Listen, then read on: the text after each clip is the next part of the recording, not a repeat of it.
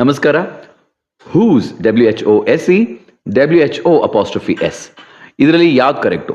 ಎರಡು ಕರೆಕ್ಟು. ಆದರೆ ಇದು ಯಾರದ್ದು ಅಂತ ಕೇಳಿದಾಗ ಇದರಲ್ಲಿ ಯಾವ್ದು ಕರೆಕ್ಟು? WHO'S ಅಥವಾ WHOSEನ? ಇದನ್ನ ನಾವು ಒಂದು ಸರ್ವೆ ಮಾಡಿಸಿದ್ವಿ. ಆ ಸರ್ವೆನಲ್ಲಿ ತುಂಬ ಜನ WHO'S ಕರೆಕ್ಟ್ ಆಗಿರುವಂಥ ಆನ್ಸರು ಅಂತ ಹೇಳಿದ್ರು. ಸೊ ಆ್ಯಕ್ಚುಲಿ ಅದು ಕರೆಕ್ಟ್ ಆಗಿರೋ ಆನ್ಸರ್ ಅಲ್ಲ, ಅದು ತಪ್ಪು. ಯಾಕೆ ತಪ್ಪು ಅದ್ರ ಬಗ್ಗೆ ಎಲ್ಲ ಮಾಹಿತಿ ಈ ಒಂದು ವಿಡಿಯೋನಲ್ಲಿ ನಿಮಗೋಸ್ಕರ ತಂದಿದ್ದೀನಿ. ಫಸ್ಟ್ ಆ್ಯಂಡ್ ಫಾರ್ಮೋಸ್ಟ್ ನಾವು ಹೂಸ್ WHOSE ಹೂಸ್ ಅಂದಾಗ ಯಾರದ್ದು ಅಂತ ಅರ್ಥ ಆಗುತ್ತೆ. So whose pen is that, whose uncle is that, whose box is this, whose friend is that. ಯಾರದ್ದು, ಯಾರ ಅನ್ನುವಂತಹ ಆ ಪ್ರಶ್ನೆಗೆ ಬರುವಂಥ ಉತ್ತರ ಈ ಹೂಸ್ ಅಂತ ಯೂಸ್ ಮಾಡ್ಕೋಬಹುದು. ಅದೇ WHO'Apostrophe ಅಂದರೆ ಏನು? ಅಲ್ಲಿ ಈ WHO'Apostrophe ಅಂತ ಬಂದಿದ ತಕ್ಷಣ ನಿಮ್ಗೆ ಅರ್ಥ ಮಾಡ್ಕೋಬೇಕಾಗಿರೋದು, ಅಲ್ಲಿ ಏನೋ ಒಂದು ವರ್ಡ್ ಇತ್ತು ಅಥವಾ ಏನೋ ಒಂದು ಅಕ್ಷರ ಇತ್ತು, ಆ ಅಕ್ಷರ ಮಿಸ್ ಆಗಿದೆ. ಆ ಮಿಸ್ ಆಗಿರೋದ್ರಿಂದ ಅಲ್ಲಿ ಅಪಾಸ್ಟ್ರಫಿ ಯೂಸ್ ಮಾಡ್ಕೊಂಡಿದ್ದಾರೆ.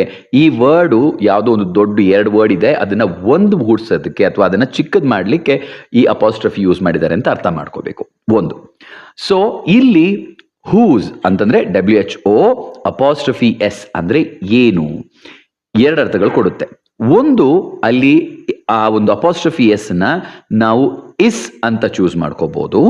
ಓಕೆ, ಇಸ್ ಅಂತ ಚೂಸ್ ಮಾಡ್ಕೋಬಹುದು ಅಥವಾ ಹ್ಯಾಸ್ ಅಂತ ಚೂಸ್ ಮಾಡ್ಕೋಬಹುದು. ಅಂತಂದ್ರೆ who is that? Okay, who is that ಅದು ಯಾರು, ಯಾರದ್ದು ಅಲ್ಲ, ಅದು ಯಾರು ಅನ್ನೋದಕ್ಕೆ ಹೂ ಇಸ್ ದಟ್ ಅನ್ನೋದನ್ನ ನಾವೇನ್ ಮಾಡ್ತೀವಿ, ಅಪಾಸ್ಟ್ರಫಿ ಎಸ್ ಯೂಸ್ ಮಾಡ್ಕೊಂಡು ಇಂಗ್ಲಿಷಲ್ಲಿ ಮಾತಾಡಿದಾಗ ಹೂಸ್ ದ್ಯಾಟ್ ಅಂತ ಯೂಸ್ ಮಾಡ್ಕೊಳ್ತೀವಿ. ಅಲ್ಲಿ ಹೂ ಇಸ್ ದಟ್ ಅನ್ನೋ ಬದಲು ಹೂಸ್ ದಟ್ ಅಂತ ಯೂಸ್ ಮಾಡ್ಕೊಳ್ತೀವಿ. ಅರ್ಥ ಆಯ್ತಲ್ಲ? ಇದೇ ರೀತಿಯಲ್ಲಿ ನಾವು ಇನ್ನೊಂದು ಹೂ ಹ್ಯಾಸ್ ದಟ್, ಅದು ಯಾರ ಹತ್ರ ಇದೆ, ಅದು ಯಾರ ಹತ್ರ ಇದೆ? Who has that pen.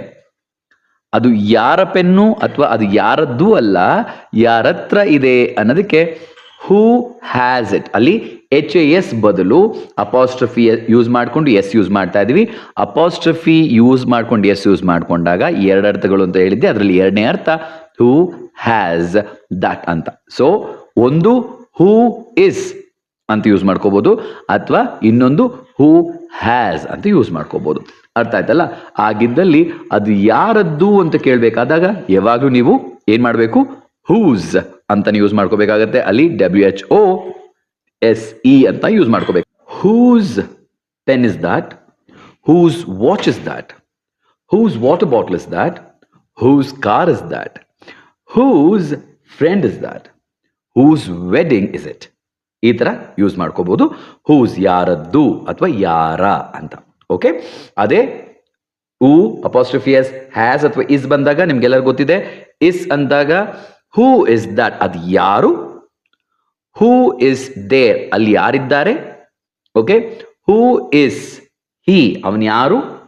So ಅವನು ಯಾರದ್ದು ಅಲ್ಲ, ಅವನು ಯಾರದ್ದು ಅಂದಾಗ ಹೂಸ್ ಫ್ರೆಂಡ್ ಇಸ್ ಹಿ ಅಂತ ಯೂಸ್ ಮಾಡ್ಕೋಬಹುದು. ಹೂ ಇಸ್ ದಟ್ ಅದು ಯಾರು, ಹೂ ಇಸ್ ಹಿ ಅವನು ಯಾರು ಅಂತ ಕೇಳ್ಕೋಬಹುದು. ಹೂ ಹ್ಯಾಸ್ ದಟ್ ಅಂದಾಗ ಅದು ಯಾರ ಹತ್ರ ಇದೆ. Who has my pen, who has my pencil, who has the coffee mug. All right, so ಈ ರೀತಿಯಲ್ಲಿ ನಾವೇನ್ ಮಾಡ್ಕೋಬಹುದು, ಹೂ ಆಸ್ ಅಥವಾ ಹೂ ಇಸ್ ಅಂತ ಯೂಸ್ ಮಾಡ್ಕೋಬಹುದು, ಮತ್ತೆ ಹೂಸ್ ಅಂತ ಕೂಡ ಯೂಸ್ ಮಾಡ್ಕೋಬಹುದು. ಅರ್ಥ ಆಯ್ತಲ್ಲ?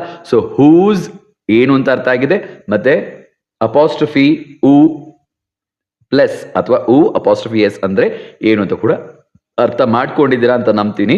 ಸೊ ಇನ್ನೂ ನಿಮ್ಗೆ ಅರ್ಥ ಆಗ್ಲಿಲ್ಲ ಸರ್, ಇದ್ರಲ್ಲಿ ಇನ್ನೂ ಕನ್ಫ್ಯೂಷನ್ ಇದೆ, ನಮ್ಗೆ ಇನ್ನೂ ಎಕ್ಸಾಂಪಲ್ ಬೇಕು ಅಂತಂದ್ರೆ ನೀವು ಈ ಒಂದು ವಿಡಿಯೋ ಕೆಳಗೆ ಕಮೆಂಟ್ ಮಾಡಿ. So I give you some more example. ಈಗಾಗಲೇ ಕೊಟ್ಟಿರ್ತೀನಿ, ಆದ್ರೂ ಕೂಡ ಇನ್ನೂ ಎಕ್ಸಾಂಪಲ್ಸ್ ಕೊಡ್ತೀನಿ.